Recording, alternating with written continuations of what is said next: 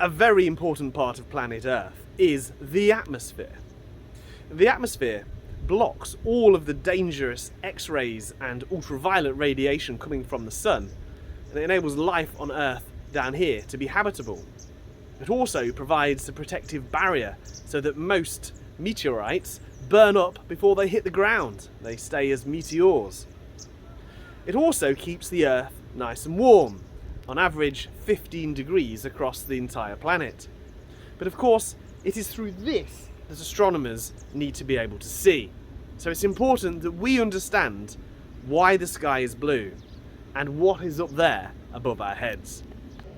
Here I have a tank of water, and I've got a white light source shining through that water. What I'm going to do is I'm going to add a few drops of milk to the water and then give it a stir.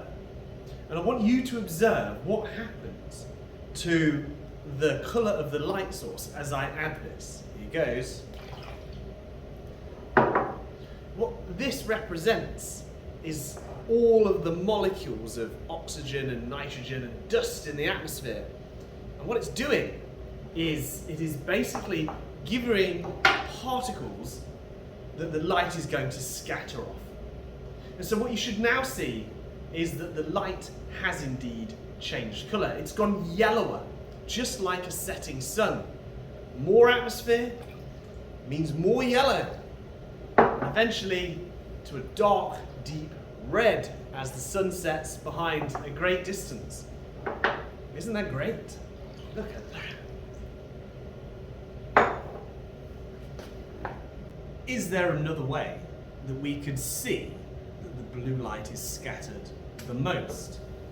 Well, I've got 3 lasers here, and what I've done is I've allowed the milk to settle so it's at the bottom of the water. The first laser here, this red laser beam, you can see makes it across the milk very, very easily. In fact, most of the light still goes out of the other side. If I use the green laser, you can see it's basically the same. It gets through and isn't scattered very much. When I use the blue laser, what we find is that it is significantly more scattered by the milk, and you can actually see the milk as a whole has started to glow blue because the light that has not ended up over there has bounced off all of the little milk particles and sent that blue light in your direction. Now, when all 3 of these go into our atmosphere as white light, what we find, if I can get them all to go, is that it is the blue light that results in the scattering. And so that is why the sky is blue, is because the blue light has scattered the most from the white light that's come from the sun. Another thing that affects how blue the sky is the amount of water vapour. You see, on a day when there's not very much water vapour, you'll find that the sky is very blue. But on days where there's more water vapour, it gets whiter and whiter. In fact, I can compare the colour of the sky to my cyanometer. This cyanometer will tell me, by comparison of the blueness up there to the blueness here, just how blue it is today. Now, water vapour in the atmosphere acts as a greenhouse gas. It's part of the water cycle. It's evaporated from the seas and is present up there. Not very much of it will result in Earth's body heat, the infrared radiation given off from the Earth, escaping into space. And on a winter's day like today, that would mean the temperatures will plummet and the ground will freeze. There will be a frost here.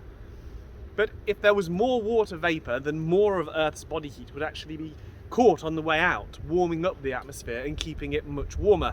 It's very unlikely that there will be a frost if it's a cloudy day. But the amount of water vapour obviously affects our ability to see through the atmosphere. Too much water vapour and it starts to condense into tiny little droplets up there in the sky, and we call those clouds. These are the bane of any astronomer.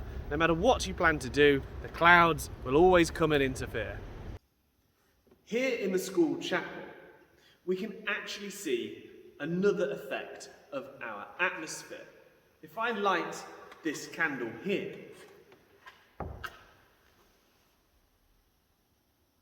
and it's going to have a very strange effect on the air around it.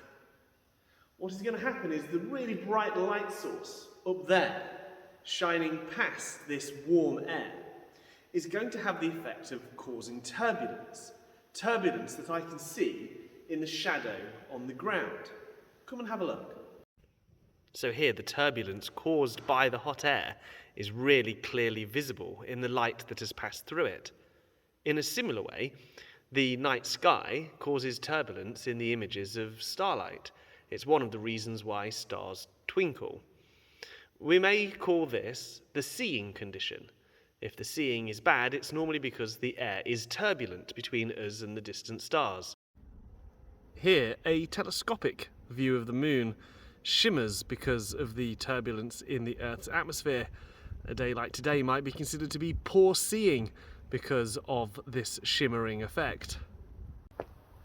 Of course, when it comes to astronomy, we want the clearest seeing possible, and that requires our images to be basically stationary. To get around this constant movement of our atmosphere, techniques need to be employed where a video is filmed of the object in question, and the stillest images from that video are pulled out and stitched together.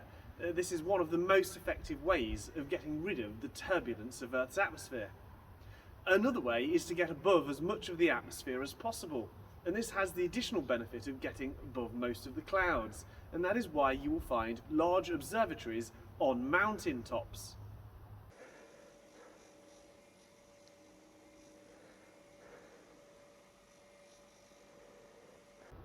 One of the things you would need to consider before doing astronomy is whether or not it's dark enough to see the night sky.